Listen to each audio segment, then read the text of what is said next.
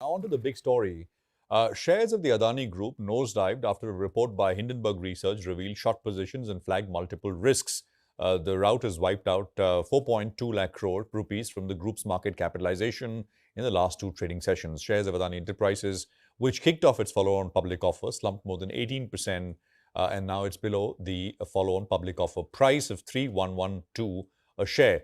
Meanwhile, the Adani Group issued a fresh statement saying Hindenburg's conduct is calculated securities fraud under applicable law. To clarify and address all issues regarding the Hindenburg report, FPO, SEBI probe, and lots more, we are now joined by Jugeshinder Singh, Group CFO, Adani Enterprises. So thanks very much for joining us. Good to have you with us here on CNBC TV 18. I want to start with, of course, what is top of minds for everyone. How confident are you that the FPO will sail through? Yes. So if you recall, on the 25th, when we opened our anchor book, that was over 1.5 times subscribed. And then that was on Wednesday. And then on Thursday, this report dropped. And so there was this issue in terms of the volatility in the market. So where the subscription amounts were a little bit less, and as you correctly report. But we are confident that on the institutional side, that the entire issue is from based on our discussion, roadshow meetings, etc., will be fully subscribed, and that's why we clarified the rumors were going on. So we clarified on Saturday night that that the FPO will proceed on current pricing and on the current timelines. So we are supremely confident that from an institutional perspective, we are there, but there will be some pullback in the retail given such decision pricing differential and the volatility. Would there be any change in FPO pricing? I mean, there is a significant difference between the current market price and the pricing of the FPO itself, right? So logically, the question is, why would anybody put in money there and not buy it from the open market? So if you're so confident this will go through, will there be change in pricing? Yes, we will be the same issue. FPO will go ahead on the same conditions that we launched. Okay, got that. Mr. Singh, but do bankers need to underwrite the issue? We didn't need that, so we didn't never ask for it.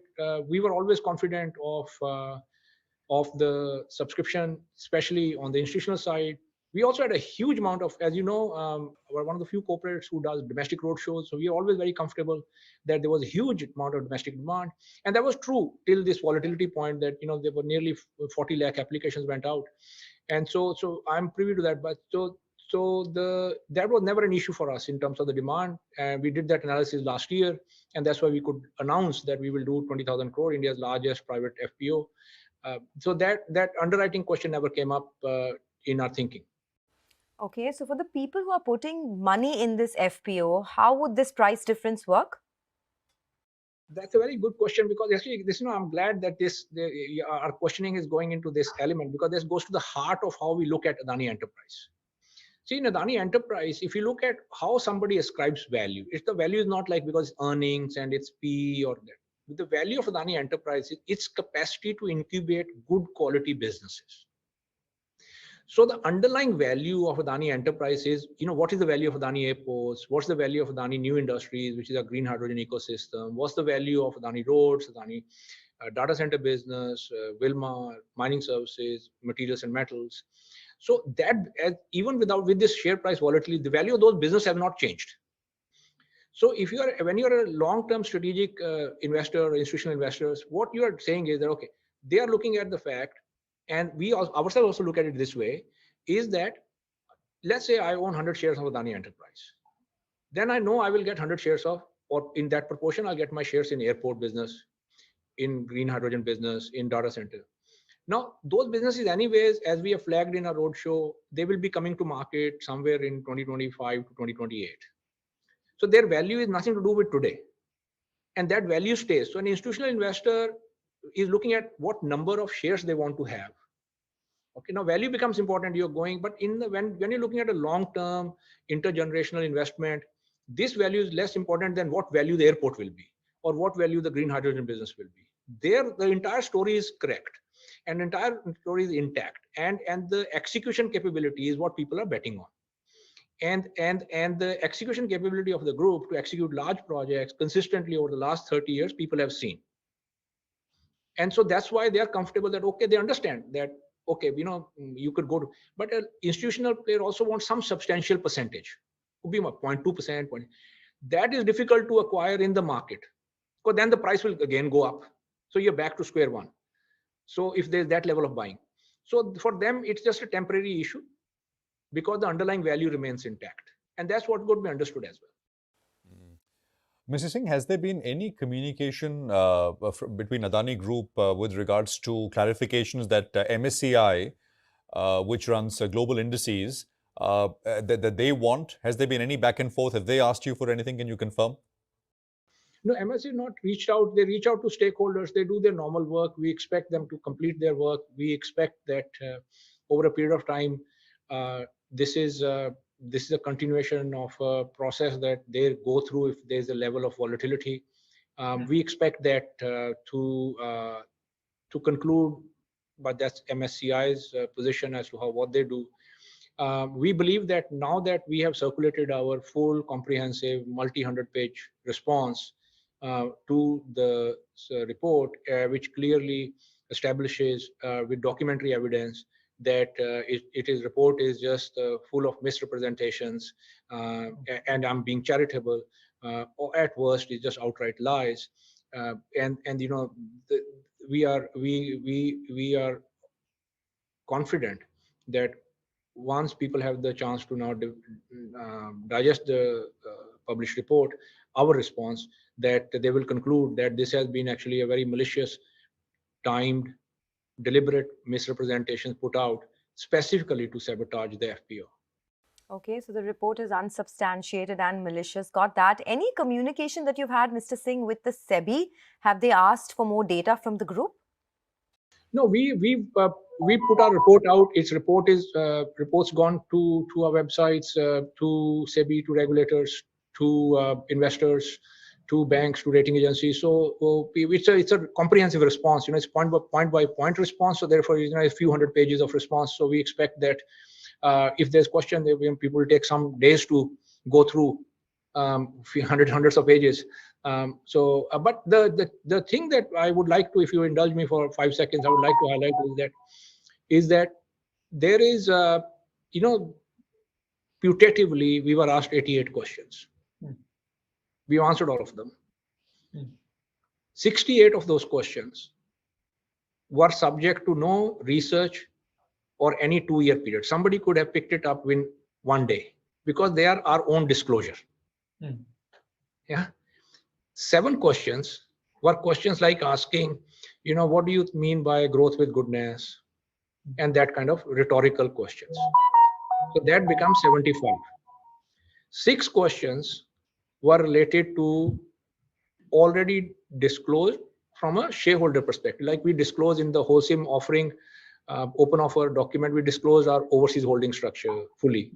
Before that, it's disclosed to SEBI.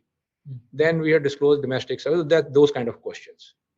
6 questions are related to basically one of the family members as to how they run their private family office. Okay, now I can candidly share with you. I'm the senior most finance executive in Adani Group. I've been there for 11 years. In 11 years, I've not had a business or working meeting with Mr. Vinod Adani. The reason is very simple. He's not the executive in the business. And even I am not aware of how he manages his family offices or how XYZ manages their family office. It's completely separate. And many promoters in India have this. Their family offices are completely separate from their businesses. The same thing is here. So you put those 6 questions aside. Rest of the questions are a direct lift of our own disclosure and converted into misrepresentation and then put into the report. All right, Mr. Singh, but will you, go the legal way, or do you think the disclosures that you've already put out will put to rest all the issues? What are you going to do? Our first objective was to See, when somebody does this kind of stuff, we want to also give confidence that you are dealing with the new India. You are dealing with a properly regulated market with good institutions. Okay, first thing we establish is that the disclosure standards of Indian institutions and Indian corporates are high by this action. That is, nothing in that report comes from research, it comes from our disclosures. Secondly, documentary evidence we provide that they have misrepresented at best and misrepresented facts on top of it. So now the statement that you referred to is related to our legal counsel saying we will evaluate everything, and they are evaluating everything. So conclusion that legal review reaches, that will happen over some period of time.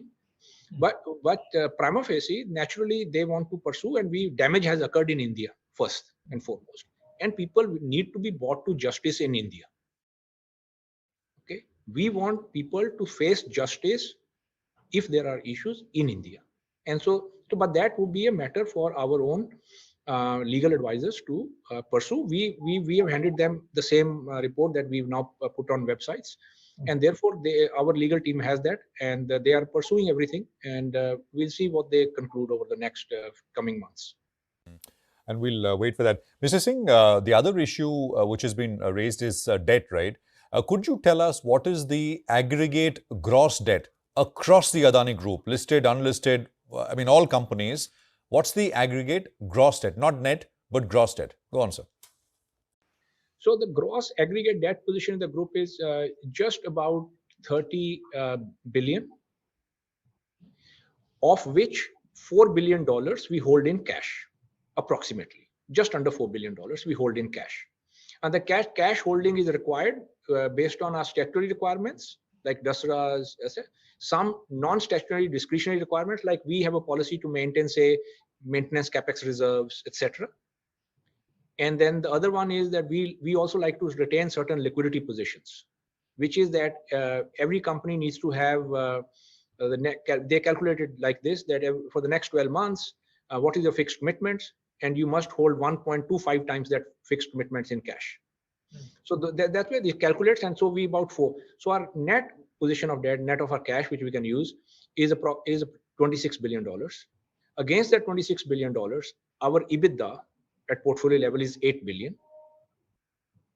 So we are, give or take, just over 3 times debt to EBITDA at a group level, and that's the aggregate position. So on a coverage basis, our total debt service cover is just over 3 times. I don't know if you mentioned that, but could you tell us how much of this debt is with the Indian banking system specifically?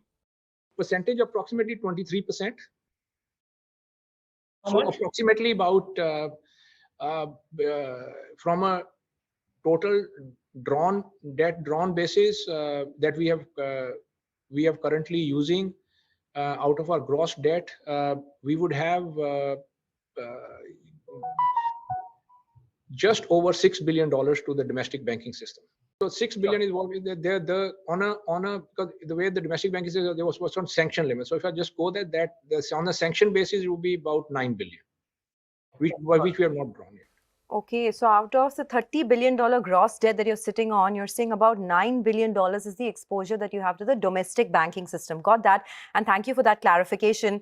Do you think that financing the overseas debt, this amount in terms of a rollover will now become costlier for you? You also have a very aggressive capex plan. We don't have immediate maturities in that manner because our anyway debt is long term. So about 50% of our debt is matched to underlying contracts. So we have limited maturity. Now the new borrowings which we have to do would be done on the asset based on the ratings. And you can have, like, for example, what you're referring to is that can happen if there is a very limited set of investor pool. And then we have a very diversified investor set. So we have good set of 26 global banks, 9 domestic banks, domestic DCM, 144A issue, US private placement issue. We are one of the few Indian companies registered to issue debt in US. We are SEC registered. Okay, we have one of our companies gone through SEC audit, which is Adani Green. And so product wise and separate gives us the flexibility. You can have investors fall out because of volatility issue. They might have their own internal criteria on such things. But our pool of investors is about 160.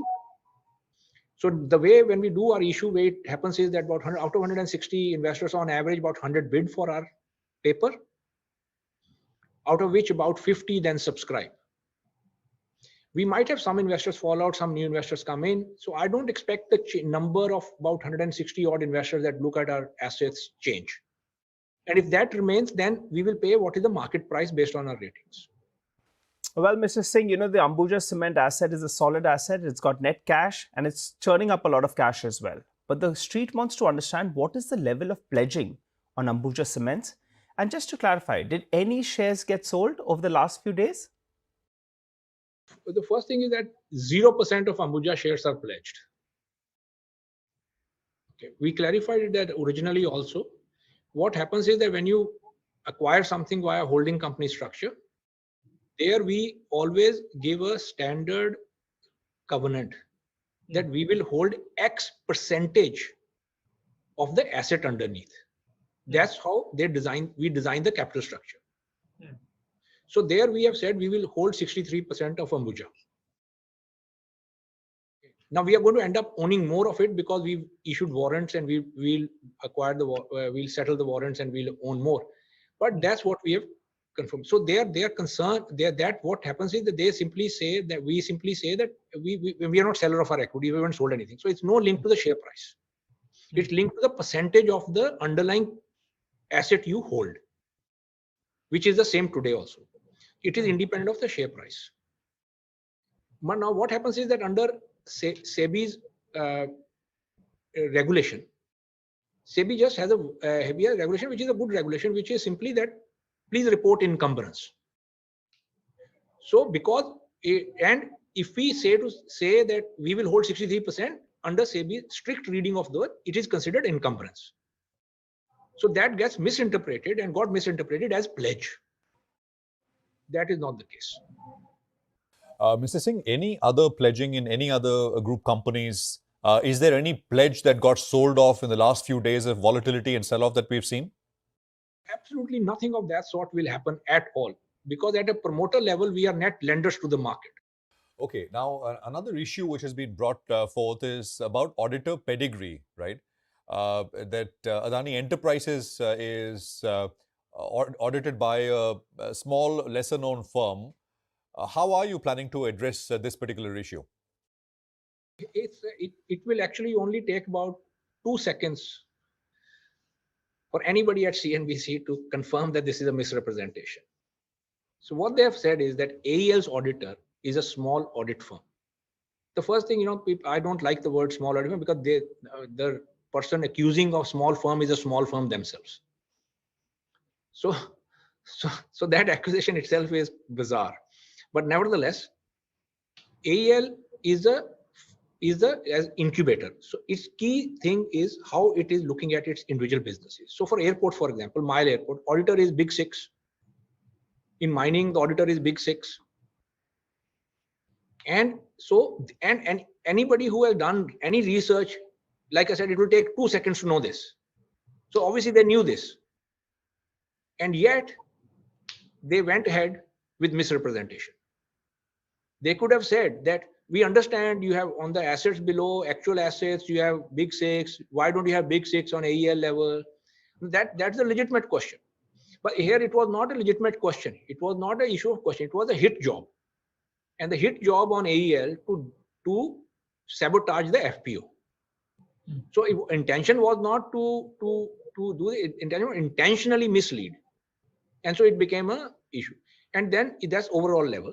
But then we have another policy also, which we would like to share with the viewers, which is that we have 9 listed companies, of which, barring one, all are Big Six. Then we have another policy, which is that from time to time we do last year we did a disclosure review. Now that disclosure review was done across all Adani branded companies, and that was done by Big Six. Then we do a spot review. So we picked last year. We picked in our risk program. It comes to me. And we picked hedging policy review. So in the hedging policy, and a Big Six accounting firm was appointed, and they said, please review all our hedging policies. So they do the review. So, and we do this on a periodic basis. So it's a very concept. Then our audit committee is 100% independent. We are one of the few groups in India that have audit committees 100% independent. So there are a series of steps that we have for audit integrity. So it's a completely bogus misrepresentation, and it's like not misrepresentation. I think if somebody knows, it's not even a misrepresentation. If somebody knows, and you can verify in a few seconds, it is even more than misrepresentation. It's a deliberate misrepresentation. Okay. Has there been any communication at all from the regulator on the FPI holdings in the Adani Group stocks, which was under scrutiny a while back? We have a register we maintain. It's available whenever SEBI or regulator can ask. They can get it from us. That material non-disclosed material information, etc.